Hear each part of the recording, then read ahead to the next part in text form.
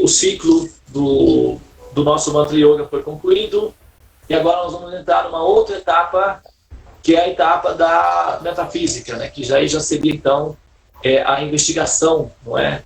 Do processo dos chakras, porque nós estamos fazendo o programa dos mantras, e o objetivo desse método é equilibrar os chakras. Então, nós estamos estudando os chakras, porque esse é o foco do nosso, é a matéria-prima da nossa terapia. Então, nós estamos entendendo o que nós estamos fazendo através do estudo com os chakras.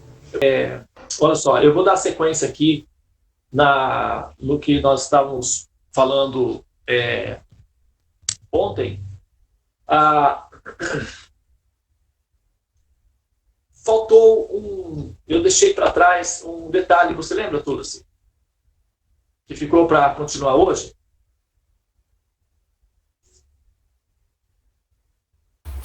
Ficou de eu te lembrar que você ia falar sobre a história do Gandhi, sobre a respiração de 1 minuto da ONU, né, que é incentivado, e sobre também a meditação. Ótimo. E sobre a Giovana também. Da Giovana. Sim. Né? Bom,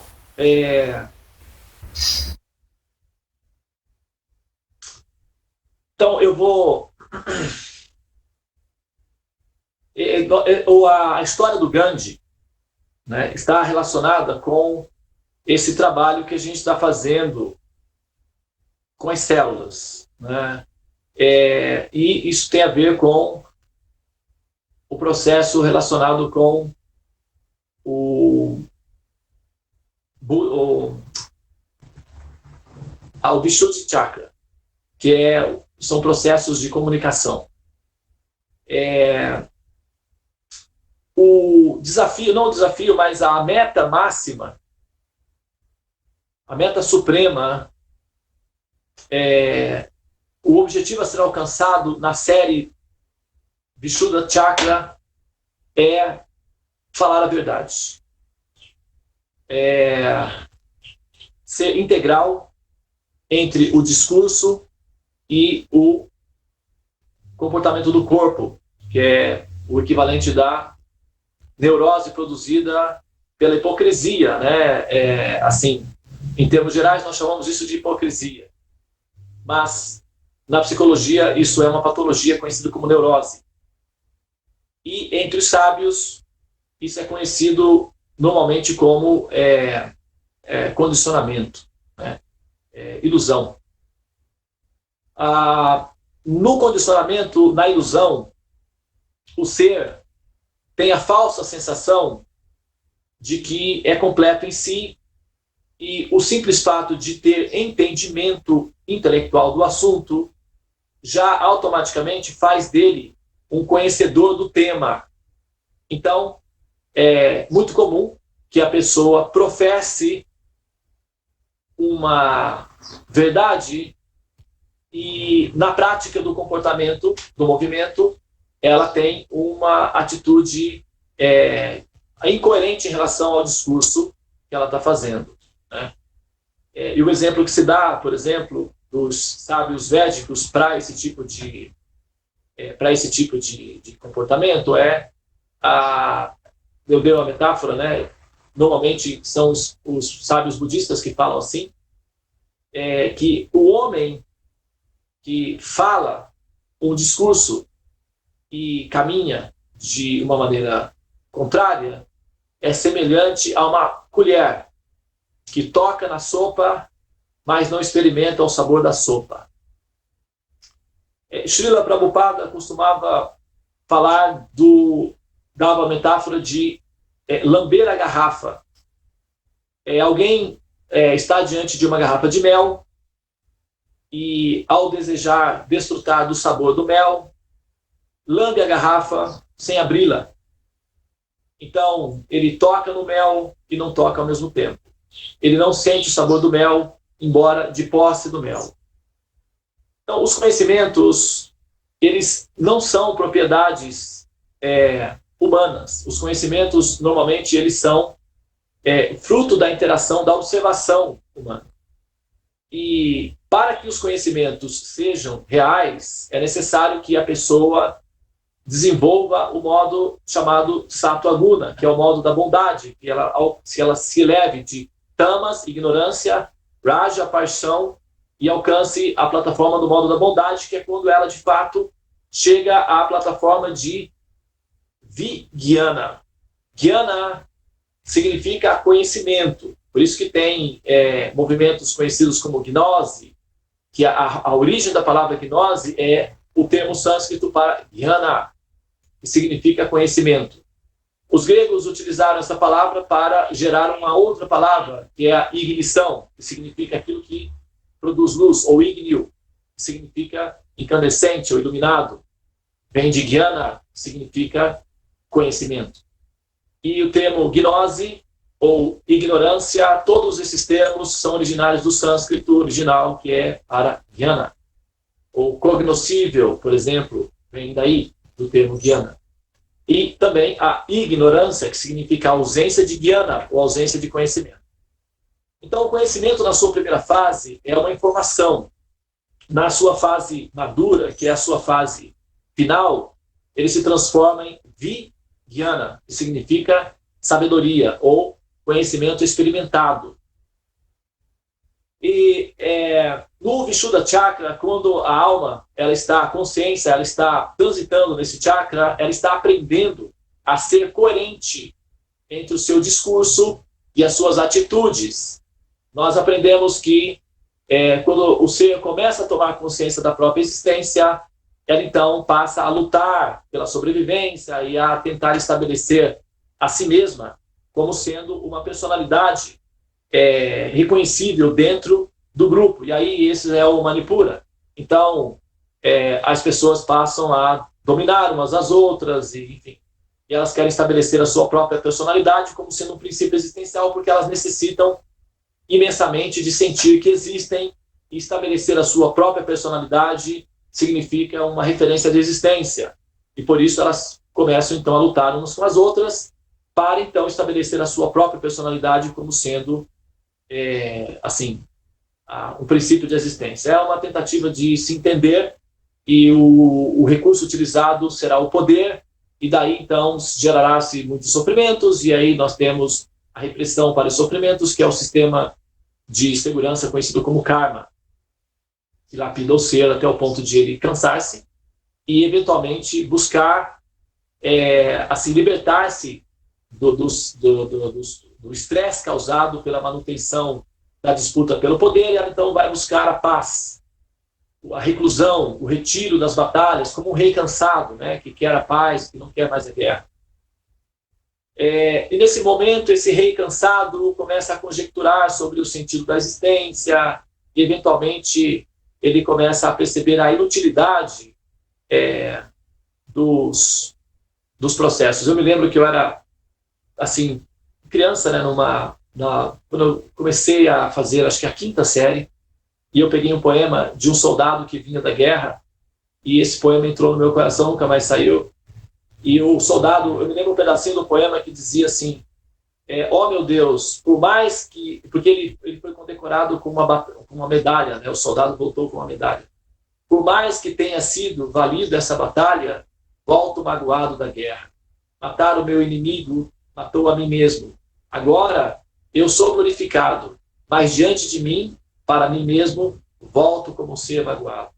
Então, eu acho que chega um momento que o guerreiro, ele se sente cansado da guerra, da batalha. Tem um ditado que diz, aos 20 anos incendiário e aos 40 bombeiro, né? Quando chega na maturidade, nós vamos fazer um reinventário moral das nossas ações e nos corrigir, nos disciplinar, encontrar a nossa maturidade. Isso é o Anahata Chakra.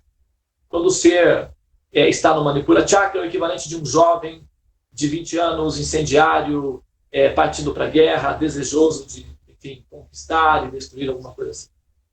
E aos 40, então, esse ser já teve que lidar com outros que também tinham o mesmo pensamento, e foi estressante, não foi tão fácil quanto ele pensava, e mesmo que depois de ter conseguido se estabelecer, ele teve que lutar por aquela posição, porque tinham muitos que também queriam aquela posição, e foi muito cansativo, e aos 40 o ser está um pouco cansado, ele quer retirar-se. Isso chama-se anahata. O anahata significa o exílio, ou o retiro. O cansaço produzido pela luta pelo poder faz com que o ser queira retirar-se, e esse retiro, esse asilo, digamos, esse oásis, chama-se Anahata Chakra. Então, no Anahata Chakra, o ser começa a conjecturar a possibilidade da paz, da calma, do relacionamento harmonioso entre as pessoas, consigo mesma, e ela então se torna um buscador da paz.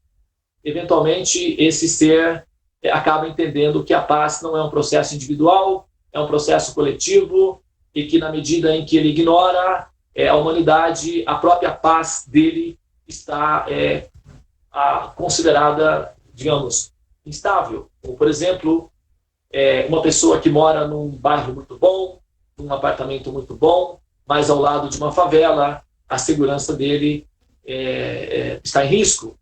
Então, os governos inteligentes, os governos mais proativos, fazem questão de fazer uma distribuição de renda mais justa para que toda a população se sinta beneficiada, e assim os crimes diminuem. Pelo menos os crimes de furtos, de roubos diminuem, porque a distribuição de renda está mais igualitária. Então, isso automaticamente inibe o desejo do impulso por dominar a propriedade alheia, já que todos têm igualmente, então não há necessidade de furtos e roubos. Por exemplo, a Coreia do Sul é um país relativamente igualitário, e você pode sair na rua à meia-noite, 1h da manhã, sem problema nenhum, falando no celular, com assim, o bolso cheio de dinheiro, que ninguém vai te assediar, né? Assim, não existe esse comportamento lá. Então, lugares onde você tem uma distribuição de renda mais igualitária, tende a haver menos violência. Então, quando a pessoa, a alma, ou aquele buscador, que ele está no Anahata Chakra, ele busca a paz, ele percebe em algum momento que a paz que ele está buscando depende muito do quanto ele vai promover essa paz ao redor dele, porque a paz pessoal depende muito da situação coletiva. E se a situação coletiva não estiver favorável, ele então terá que fazer algo para que o coletivo fique favorável, para que ele próprio esteja numa situação de segurança, que é uma situação de paz. Isso chama-se Anahata Chakra.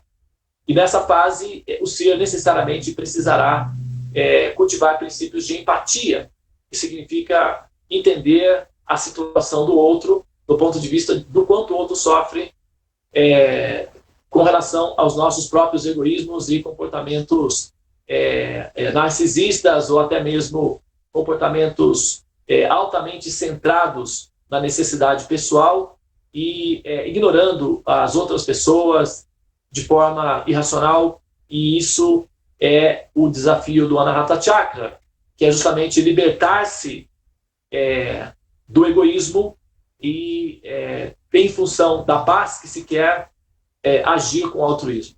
Dá um pouco de trabalho, mas o ser acaba aprendendo, porque ele acaba descobrindo que não há outro caminho a não ser o altruísmo. É como o Kardec dizia, né? Fora da caridade não há salvação. Então, o ser acaba descobrindo que o altruísmo necessariamente é uma etapa do processo de autorrealização, que negligenciá-lo significa apenas perpetuar a situação de estagnação e de ansiedade pessoal, e possivelmente ele deverá retornar na forma humana para dar sequência no processo de aprendizagem, e a cada vez que ele aceita uma forma humana, o sistema todo se repete novamente: nascer, crescer, frustrações, lapidação, terapia, decepção, etc. Os medos produzidos naturalmente pela forma humana, porque a forma humana é volátil, se dissolve rápido, e aí vem os processos da angústia, e começa tudo de novo. Então, quando a gente percebe que é desfavorável essa experiência contínua, então nós tomamos uma atitude para que isso seja eliminado. Esse era todo o esforço do príncipe Siddhartha Gautama, o Buda original, porque ele queria eliminar a ignorância da humanidade. Ele estava absorto no Anahata Chakra, ele saiu então em busca de instrumentos que pudessem ajudar a humanidade a eliminar a ignorância que produz o sofrimento do samsara, que é o ciclo do nascimento e mortes. Essa era também o foco da preocupação de Jesus Cristo, que era orientar os seres para que, eventualmente, eles, entendendo a informação, pudessem eliminar o processo dos sofrimentos da existência material. Então, normalmente, essa é assim, o foco, é a missão dos mestres, né? Normalmente, é esse princípio aí. Agora, quando chega no Vishuddha Chakra, para que essa realização, para que essa realidade, essa terapia de percepção seja real, então o ser precisará aprender a harmonizar o discurso do movimento que o coração faz, né? Então, como nós somos como crianças, crianças, né, basicamente falando, e uma mãe sabe quando uma criança está trapaceando, né? A mãe pergunta: e aí, filhinha, como que está o dever? Nossa, mamãe, tá uma maravilha. Você nem imagina, nem queira saber, não queira nem olhar. Tá tão lindo que se você olhar vai estragar. Então é bom nem se olhar. Então a mãe já fica assim, né? É tipo assim, quando a misericórdia é muita, né, o santo desconfia. Então, crianças... E aí, fez o deverzinho? Fiz. E posso ver, esqueci o caderno lá na escola. Ou na sala de aula, né? A professora: fulano, como é que foi? Fez a tarefa? Claro, professora. Como é que eu ia deixar de fazer a tarefa? É a coisa mais importante da minha vida. Mas então, por favor, posso ver o caderno? Eu só tenho problema, professora. Eu esqueci lá em casa. Então, é assim. O discurso é um e a prática é outra, né? E nós somos assim. Então, quando nós estamos aprendendo o Anahata Chakra, nós sabemos que é o princípio da compaixão, que nós temos que cultivar a paz, que nós temos que tal, mas nós queremos fazer disso um processo intelectual. E nós escrevemos livros, e fazemos poemas, e participamos de conferências, e fazemos Ho'oponopono, e nos sentimos profundos, e temos muito sono, e muito cansaço, e precisamos nos organizar para fazer alguma coisa, mas tem pouco tempo, e pronto, e fica por isso. E é justamente esse que é o fator relacionado com o Vishuddha Chakra. Nós precisamos harmonizar o discurso com o movimento que o corpo faz. E nesse momento é que entra a história do professor Gandhi. Uma vez, o Gandhi, ele tinha assim, uns momentos que ele abria a conferência para o público, né, um momento durante o dia. Então, vinham as pessoas para fazer perguntas ao sábio, né, como tem hoje atualmente o Sadhguru. Ele é muito famoso na internet, ele responde perguntas difíceis. Então as pessoas vêm e fazem perguntas para ele e ele dá respostas. O Gandhi, os sábios védicos, normalmente, eles são assim, benevolentes e predispostos a responder perguntas. Então eles abrem para o público e o público faz perguntas e eles dão respostas baseadas nos princípios de norteamento védico, né, de conhecimento védico. Isso é um protocolo, né, uma parte da responsabilidade dos sábios védicos. E o Gandhi fazia isso. E então, em determinado momento, uma senhora chegou até ele depois de ter feito uma longa viagem, 2 dias, caminhando, e carro de boi naquela época. Então essa senhora chegou até o Gandhi e disse para o senhor Gandhi o seguinte: senhor Gandhiji, Gandhiji, né? Que aí a forma de se apresentar é Gandhiji Namaskar. Aí o Gandhi faz assim, fala, né? Tem até um filme, né, com essa história bem engraçada. Ela fala: Gandhiji, aqui está essa criatura que, por coincidência, também é meu filho. Ele tem 12 anos. Ele é a fonte de todas as minhas preocupações, de todos os meus sofrimentos. Ele é a fonte das minhas ansiedades. O Gandhi olha para o menino abaixa a cabeça. Só que tem uma coisa: ele é simplesmente um seu seguidor. Talvez ele seja um dos seus seguidores mais fiéis e sinceros. Tudo o que o senhor diz, ele segue estritamente. Ele é jovem, mas ele quer ser um sábio. E ele acha que pode ser como você um dia. Eu acho isso importante. Só tem um problema. Eu não sei se ele vai sobreviver para se tornar um sábio no futuro. Por quê, senhora? Porque ele é diabético. E ele é simplesmente viciado em açúcar. Ele come muito doce. E sempre eu tenho que levá-lo ao hospital, fazer tratamentos, porque ele sempre tem crises, por conta de que ele não para de comer doces. E eu sou a mãe. Eu choro, eu peço, eu imploro, eu ameaço, eu amarro, nada funciona. Ele continua querendo e come, ele dá um jeito de comer. E ele vai acabar morrendo a qualquer momento, e isso vai ser uma grande tristeza para mim. E quem sabe a humanidade perca ou perda um sábio no futuro. E eu gostaria então que o Senhor simplesmente dissesse ao meu filho: menino, pare de comer açúcar, essa é a minha orientação. Se o Senhor disser isso, ele vai obedecê-lo e nós teremos garantido a possibilidade de que no futuro tenhamos um sábio. Ou então, em breve, teremos apenas um cadáver que será cremado na beira do Ganges. E isso vai ser muito triste para o meu coração. O Gandhi olhou assim, olhou para o menino e disse: é verdade, menino? Se eu disser para você não comer açúcar, você não come mais? O menino disse: sim, senhor, não comerei. Pois muito bem, eu direi. Aí ele olhou para a mãe e disse: senhora, por favor, volte para casa e retorne aqui dentro de uma semana. Aí a senhora ficou um pouco pensativa e quis questionar. O Gandhi disse: a senhora pediu a minha ajuda, agora é comigo. Por favor, siga as minhas orientações. Vá para casa, volte em uma semana. Tchau. A senhora voltou para casa, 2 dias de viagem. Chegando em casa, ela esperou, aguardou, passou uma semana, retornou depois de uma semana. E aí, o menino se apresentou, a senhora se apresentou e apresentou o menino, e o Gandhi disse: menino, venha cá, sente-se, ouça. Daqui para frente, não coma mais açúcar. Essa é a minha orientação. O menino disse: namaskar, Guruji. Muito bem, senhora, está feito. A senhora, então, perguntou: mas Guruji, Gandhiji, o senhor poderia ter dito isso semana passada. Eu fiz um longo caminho e tive que retornar aqui, foi muito cansativo, e bastava o senhor dizer isso.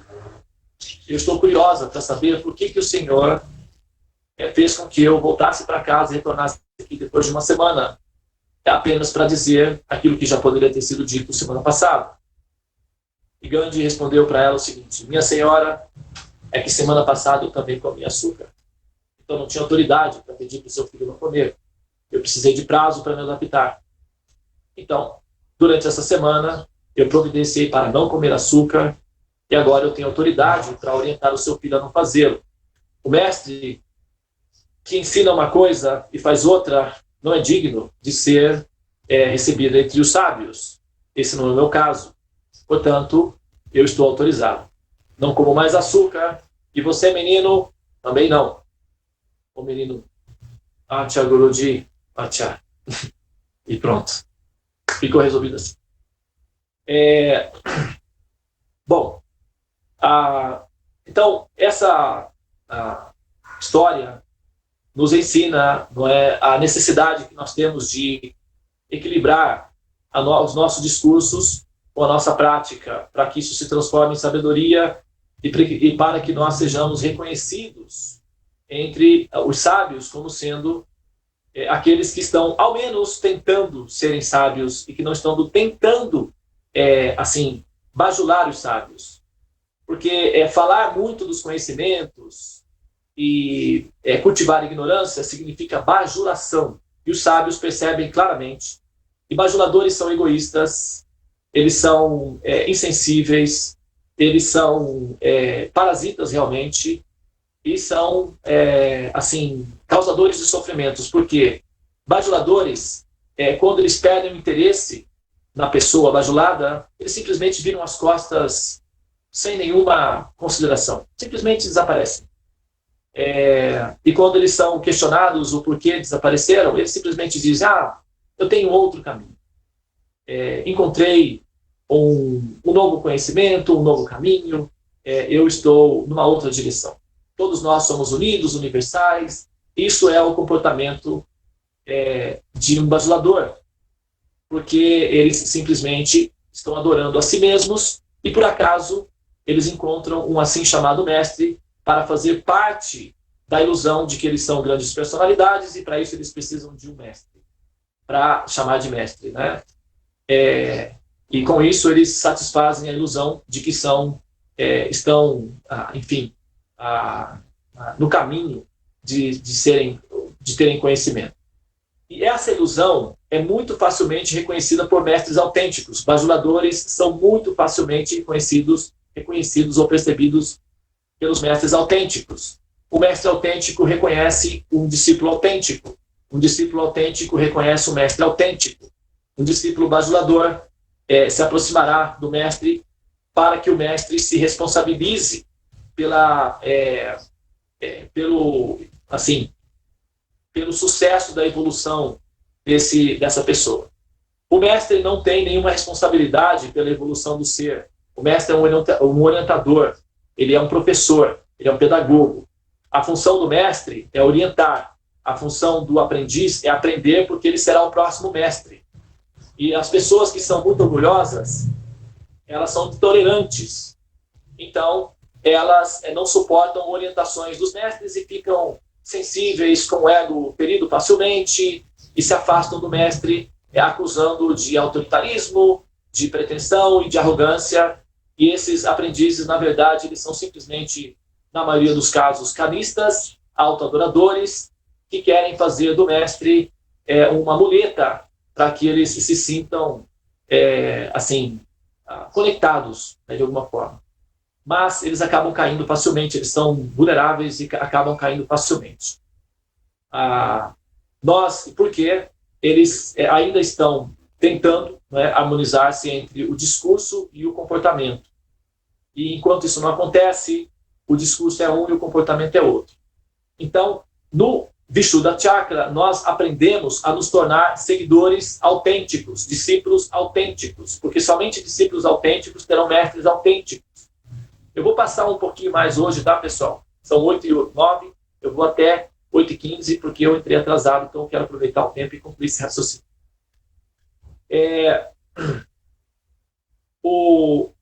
Eu entrei atrasado por conta da reunião anterior, então na quinta-feira sempre vai ter essa diferençazinha, tá? Por favor.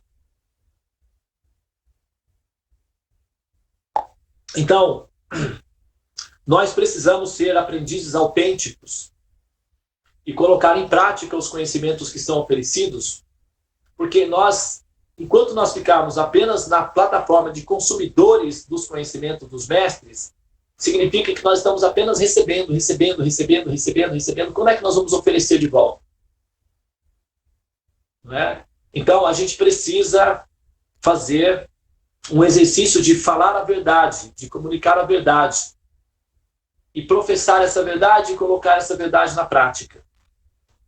Então, uma das partes mais difíceis do processo do Vishuddha Chakra é professar uma filosofia, falar uma religião, representar uma religião, uma filosofia, um conhecimento, qualquer que seja, e, no comportamento, demonstrar uma atitude contrária àqueles princípios que estão sendo oferecidos ali, na sua essência, né? Não a gente também não pode incorrer o risco de focar muito nos detalhes, porque isso engessa o programa e faz com que a pessoa se torne apenas uma seguidora de regras e regulações, e ela se torna fanática porque quer seguir as regras e regulações de uma maneira estrita e acaba perdendo a essência daquele processo de seguir aquelas regras. Chama-se Niyamagraha. Niyamagraha significa seguir regras e regulações apenas por seguir, sem noção de qual seria o resultado final caso esse processo desse certo. Então a pessoa corta a parte final do sistema e foca apenas na parte inicial. e esse autismo, digamos assim, essa incapacidade de correlacionar as coisas ao redor, faz com que a pessoa se torne um fanático religioso, e um fanático religioso é um princípio perigoso, porque é um ser capaz de produzir sofrimentos aos demais. Isso é descontrole do Vishuddha Chakra, desarmonia com o Anahata Chakra.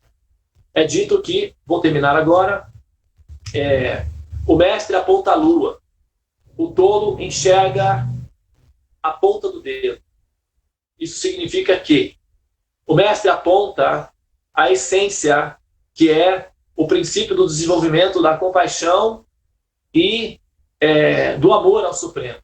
Os tolos enxergam a bandeira da religião, e por essa bandeira eles estarão dispostos a matar filhos, esposo, esposas, irmãos, parentes, amigos. Eles estarão dispostos a destruir o mundo ao seu redor para defender essa bandeira. Então, isso é a ignorância. O mestre aponta a lua, a essência, o amor. Os tolos enxergam a religião e, pela bandeira da religião, estarão dispostos a matar os próprios irmãos, seja fisicamente ou seja emocionalmente. Isso é, basicamente, a consequência do fanatismo. E o fanatismo é um distúrbio produzido no Vishuddha Chakra, porque, teoricamente, o ser já tem compreensão do Anahata e agora precisará de harmonizar isso com o Vishuddha. Então, falar de paz e, ao mesmo tempo, cultivar a guerra ou incentivar a guerra, isso é um desequilíbrio e nós precisamos superar isso, e esse é o desafio do Vishuddha Chakra. Assim, a hipocrisia é o obstáculo e a harmonia com a verdade é o desafio a ser alcançado. E aqueles jogadores que conseguem ser feito acabam sendo admitidos na próxima fase, que é a fase em que ele se torna, então, um professor de si mesmo, que é a fase do Ajnana Chakra.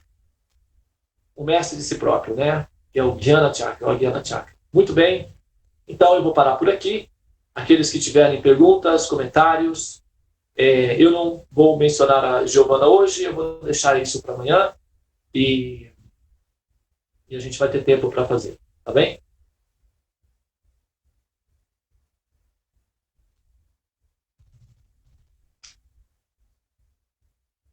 Eu vou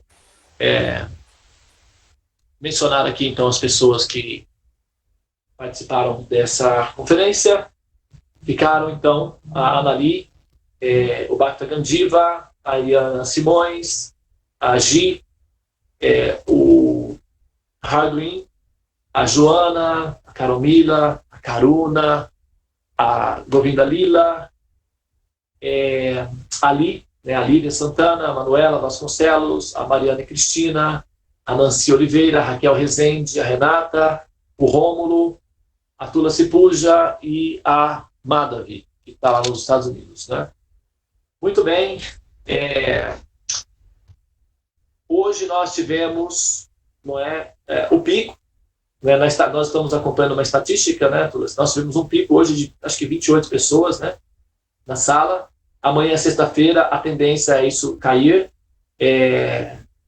E no sábado, que é Saturno, que é um pouco mais já lento, né, é possível que isso reduza, né, em 80%. Então, aquela análise que nós fizemos domingo passado, da estatística, você acompanhou né, durante a semana. Então, hoje nós alcançamos o pico, então a tendência é descer novamente. Então, a gente vai acompanhar essa estatística por um tempo e depois nós vamos conversar com as pessoas e informá-las do que está acontecendo, né, para que eventualmente elas possam, enfim, ou corrigir isso, ou simplesmente, enfim, talvez não haja uma mudança significativa, né? Mas ao menos eu acho que é nossa responsabilidade informar, né, o condicionamento que está em andamento, para que elas possam ficar atentas, né? Afinal de contas, esse é um fenômeno que controla, não é, a pessoa, e a pessoa precisa pelo menos ter, assim, o direito, né, de saber o que a está controlando e se ela vai continuar aceitando esse controle ou se ela vai fazer algo em relação. Mas nós precisamos de verificar e estudar a estatística para apresentar dados científicos, para na hora de apresentar a proposta, não seja apenas uma coisa emocional, mas tenhamos dados científicos para demonstrar que, de fato, esse procedimento está em andamento. Né? Bom dia, fica na paz, Namastê, Hare Krishna. Amém, Namastê, tchau. Tchau.